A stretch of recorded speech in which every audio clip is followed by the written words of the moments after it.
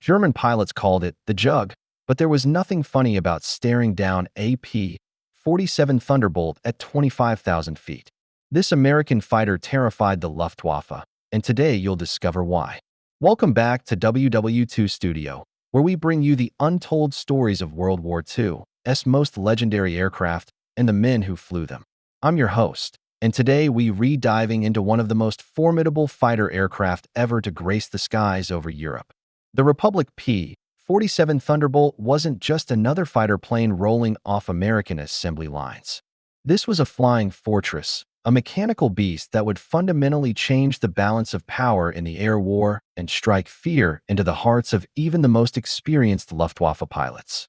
Picture this. It's the spring of 1943, and the skies over Nazi-occupied Europe belong to the Germans. They're seasoned fighter pilots, flying nimble Messerschmitt Bf-109s and Focke-Wulf Fw-190s, have been dominating Allied aircraft for years. They've developed tactics, honed their skills through brutal combat, and grown confident in their ability to intercept and destroy American bomber formations. The Luftwaffe pilots believe they know what to expect from Allied fighters. They've tangled with Spitfires, they've seen early American fighters come and go, and they think they've seen it all. But they're about to be proven catastrophically wrong. When the P-47 Thunderbolt arrived in force over Europe, everything changed overnight. German pilots who survived their first encounters with this American giant returned to base with stories that seemed almost impossible to believe. They reported pumping hundreds of rounds into these massive fighters, watching their tracers strike home, only to see the Thunderbolt shrug off the damage and come roaring back with devastating firepower. They described an aircraft that could outclimb them at high altitude, outdive them in a chase, absorb punishment that would obliterate any other fighter, and still escort bombers all the way to Berlin and back. The P-47 wasn't playing by the rules they understood, and the Luftwaffe was about to learn a very hard lesson about American industrial might and engineering prowess. Today, we're going deep into the 5 critical reasons why the P-47 Thunderbolt became the nightmare of the Luftwaffe. We'll explore the incredible engineering that made this aircraft virtually indestructible, the devastating firepower that could tear enemy fighters apart in seconds, the high-altitude performance that gave American pilots the ultimate advantage, the ground attack capability that terrorized German forces below, and the sheer relentless presence that wore down enemy morale. By the end of this video, you'll understand why German pilots gave this beast a grudging respect unlike any other Allied fighter they faced. But before we climb into the cockpit and take off, if you love detailed World War II history told with accuracy and passion, do me a favor and hit that subscribe button right now. Ring that notification bell too, because we're posting new content every single week, covering everything from aircraft and tank battles to the incredible stories of the men and women who lived through this defining moment in history. Your support keeps this channel flying high. All right, throttle forward, let's get into it. Let's start with the most shocking characteristic of the P-47 Thunderbolt, the one that left German pilots absolutely stunned after their first engagements. This aircraft was a flying tank, plain and simple. When you stood next to a P-47 on the ground, you immediately understood this wasn't your typical fighter plane. Fully loaded for combat, this beast tipped the scales at over 7 tons, making it one of the heaviest single-engine fighters of the entire war. German pilots were accustomed to hitting Allied fighters and watching them smoke, burn, or break apart. But the Thunderbolt? It was built on an entirely different philosophy. At its heart sat the magnificent Pratt Whitney R-2800 double wasp engine, a massive 18-cylinder radial power plant that produced over 2,000 horsepower. Unlike the liquid-cooled inline engines found in most fighters, this air-cooled radial could take incredible punishment. A single bullet through a coolant line would doom a Messerschmitt or Mustang within minutes. But the P-47's engine had no vulnerable cooling system to rupture. Cylinders could be shot away entirely, and the engine would keep running on the remainder. The pilot sat in what can only be described as an armored bathtub, surrounded by thick steel plates that could stop machine gun rounds, and even some cannon shells. The aircraft's robust airframe, built like a truck rather than a sports car, could absorb structural damage that would cause other fighters to disintegrate. Combat reports are filled with accounts of P-47s returning to base with hundreds of bullet holes, missing chunks of wing, damaged tail sections, and shot-up engines, yet still flying smoothly enough to land safely. German pilots quickly learned the horrifying truth. You could hit a Thunderbolt all day long, and it would just keep coming. If surviving enemy fire was the P-47's defensive masterpiece, its offensive capability was equally terrifying for anyone unfortunate enough to face it head-on. The Thunderbolt carried 8 Browning M250 caliber machine guns, mounted in each wing, and this armament package transformed the aircraft into a flying artillery platform. To put this in perspective, most German fighters of the era carried 2 or perhaps 4 guns. The Messerschmitt Bf 109 typically mounted one 20mm cannon firing through the propeller hub and 2 machine guns above the engine. The Thunderbolt's 8 guns, when fired simultaneously, unleashed an absolutely devastating stream of heavy projectiles at a combined rate of 3,200 rounds per minute. That's more than 50 rounds every single second hammering toward the target. The 50 caliber round itself was a fearsome piece of ammunition, originally designed for use against light armored vehicles and fortifications. Each bullet weighed nearly 2 ounces and traveled at nearly 3,000 feet per second. When these rounds struck an aircraft, they didn't just punch neat holes like rifle bullets. They tore through aluminum skin, shattered structural members, exploded fuel tanks, and ripped engines apart. A 1-second burst from all 8 guns meant putting more than 50 of these devastating projectiles into the target area.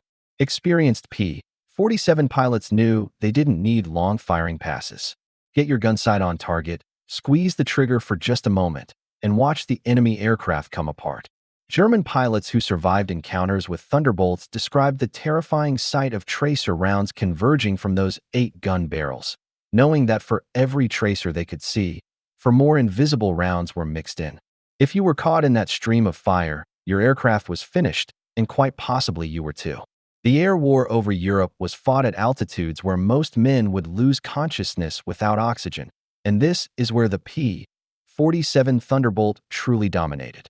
The secret to this high-altitude superiority lay in a remarkable piece of engineering called the turbo-supercharger.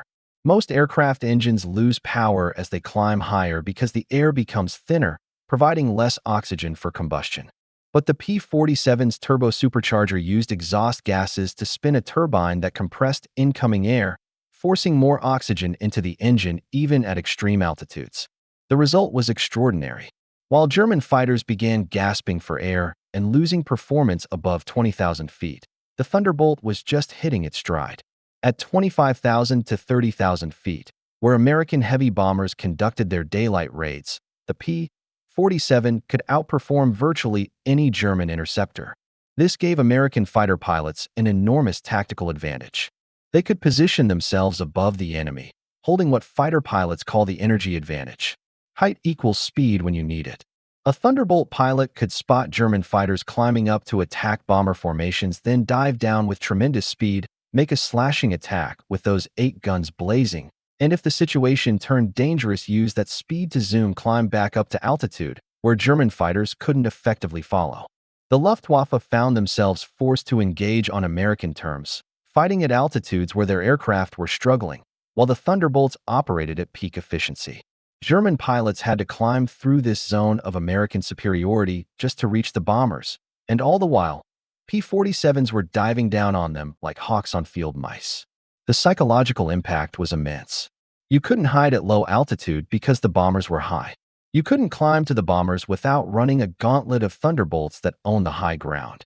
Once American bomber formations completed their runs and turned for home, the P-47 pilots were freed from close escort duties, and this is when the Thunderbolt revealed another terrifying dimension.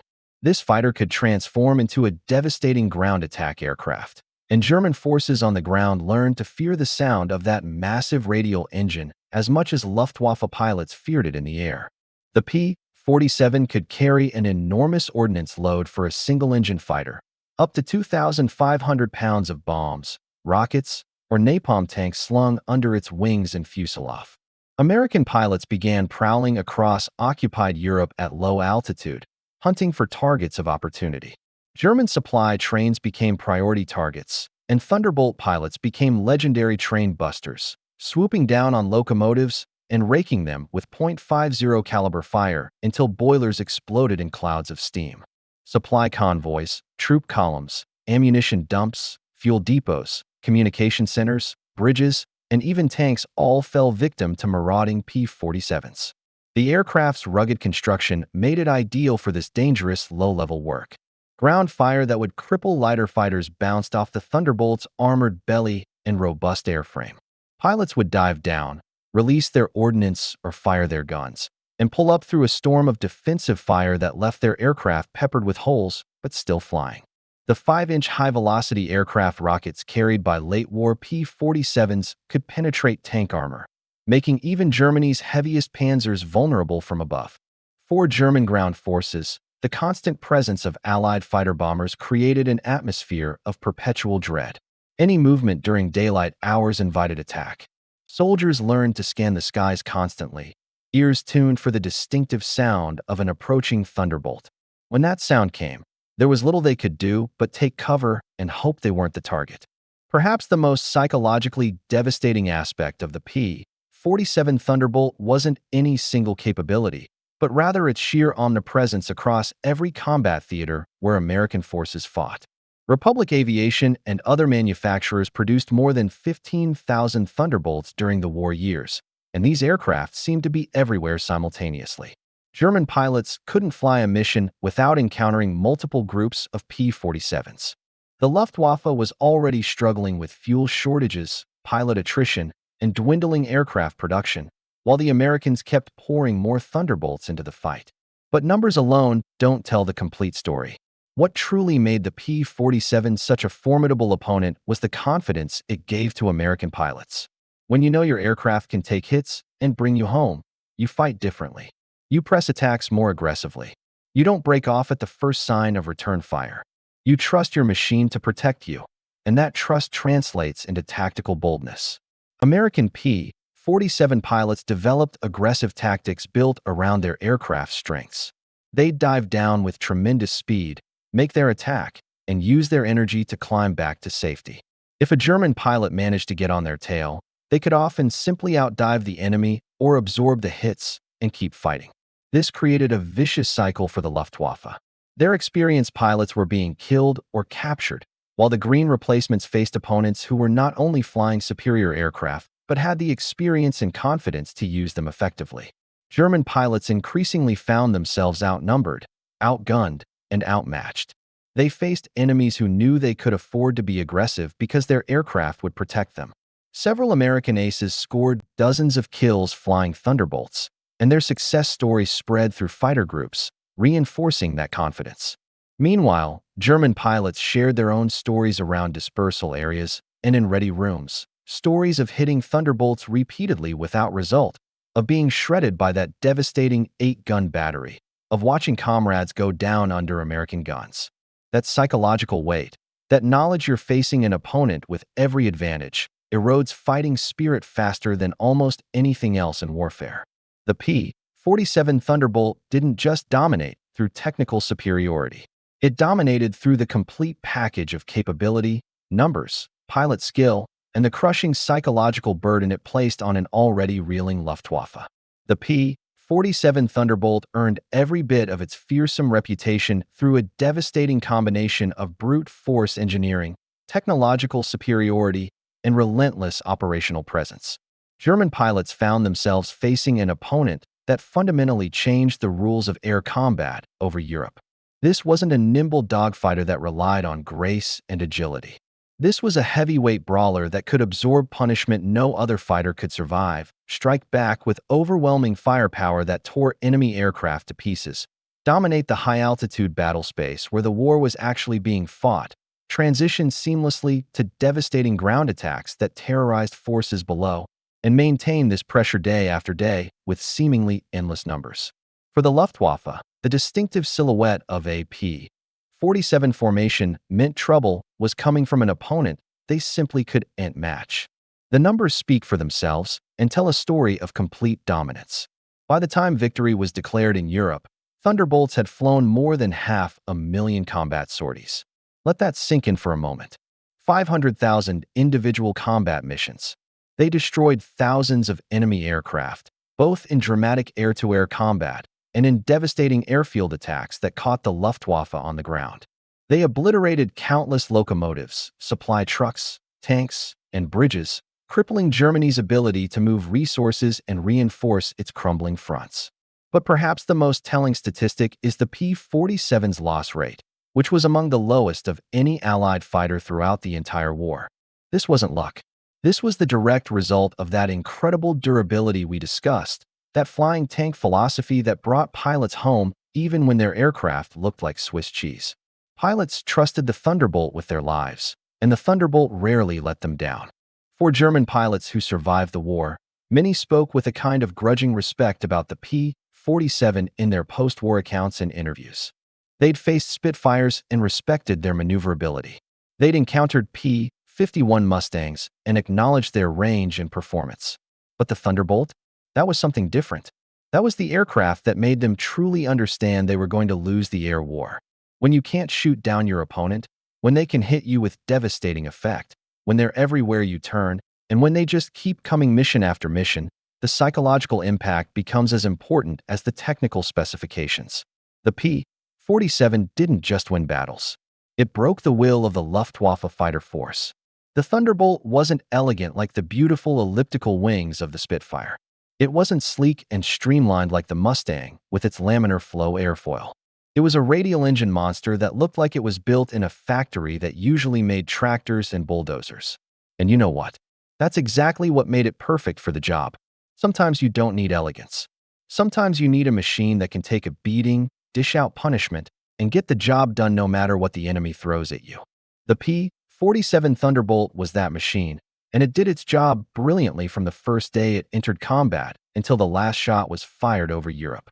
Thanks so much for watching this deep dive into the legendary P-47 Thunderbolt here on WW2 Studio. If you enjoyed this detailed look at one of World War II's most formidable fighters, I need you to do me a huge favor right now. Smash that like button, because it genuinely helps us reach more history enthusiasts just like you who are passionate about these incredible stories from the Second World War. Now here's where I want to hear from you directly. Drop a comment down below and let me know which World War II aircraft you want us to cover next. Are you curious about the P-51 Mustang and how it compares to the Thunderbolt? Do you want to hear the German perspective with an in-depth look at the Focke-Wulf FW-190 or the legendary Messerschmitt Bf-109? Maybe you're interested in the bombers themselves, the B-17 Flying Fortress or the B-24 Liberator. Perhaps you want us to cross the channel and explore the British Lancaster or the iconic Spitfire. Your comments and suggestions directly influence what content we create next, so don't be shy. Tell us what you want to see. And if you haven't already subscribed to WW2 Studio, what are you waiting for?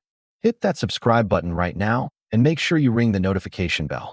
We post new videos every single week, covering everything from aircraft and armor to tactical analysis, personal accounts, and the untold stories that shaped the outcome of the war. We've got an incredible lineup of content coming your way, and you won't want to miss a single episode. This channel is built by history enthusiasts, for history enthusiasts, and your support through likes, comments, and subscriptions keeps us going and allows us to keep bringing you the high-quality historical content you deserve. Before you go, take a moment to check out our previous videos. We've covered some absolutely fascinating topics that I think you'll really enjoy, and there are hours of content waiting for you right here on the channel. Share this video with your friends and family members who love World War II history. Send it to that buddy who's always talking about fighter planes, or your dad or grandfather who appreciates these incredible machines and the brave men who flew them. Growing our community means we can invest even more into research, production quality, and bringing you the best historical content possible. Thank you again for spending these 12 minutes with us today, diving deep into why the P-47 Thunderbolt became the aircraft that German pilots feared most. Until next time, keep exploring history with us here at WW2 Studio. Keep asking questions, keep learning, and never forget the incredible sacrifices and achievements of the generation that fought and won the Second World War. I'll see you in the next video. Clear skies and happy landings.